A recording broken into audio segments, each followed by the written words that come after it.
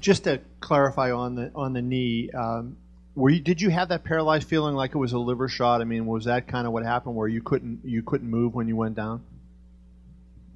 I felt like I couldn't move, like right when it landed, like a split second after that, and then like when I hit the ground, like I got my bearings back. Like I once I heard his voice, I felt like I could move good.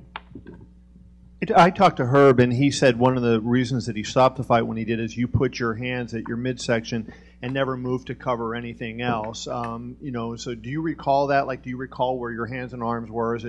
Are things just happening too fast when that goes on?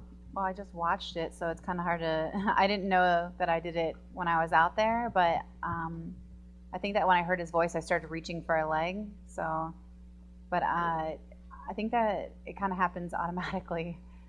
I wasn't like thinking like, oh, I think I'd like to put my hand over my liver right now. So if that's what you're asking. Well, I was just saying, he was concerned that you weren't covering your face after you got hit. He said you were guarding your midsection, and she's going to tee off on your face, and that's what he was concerned. He said he was concerned about. I don't think that I think she swung. I don't think that I got hit in the face when I dropped. Like I didn't feel it, so. And then you landed a pretty good right hand, when that early storm came on. Did you feel it connected well, and did you see anything in her when you hit her with it?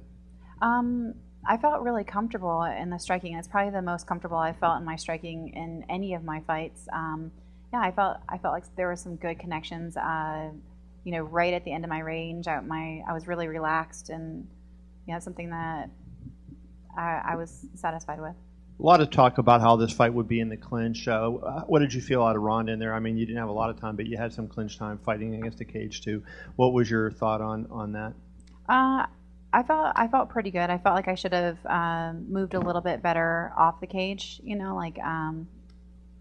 felt like I was standing there like a little bit more content to stay instead of I usually circle pretty hard off the cage, so. Just something to work on. Game plan that you had coming into the fight, I think that was an intriguing aspect to this matchup, just because a lot of people thought that you would have, some ideas about how to approach Ronda that maybe some other her opponents wouldn't, just because they don't have the background that you have. So, do you mind sharing a little bit what you thought the keys would be for you in this fight? Controlling the ties and using striking whenever I was open. So being right there in the range to do strikes, and then beating the ties so to not get thrown. Did you have a big focus at all on staying off of the fence, or did you just think that given your natural style and the fact that you typically come forward, that it wouldn't be a problem for you? No, I pretty much always find the fence, whether it's me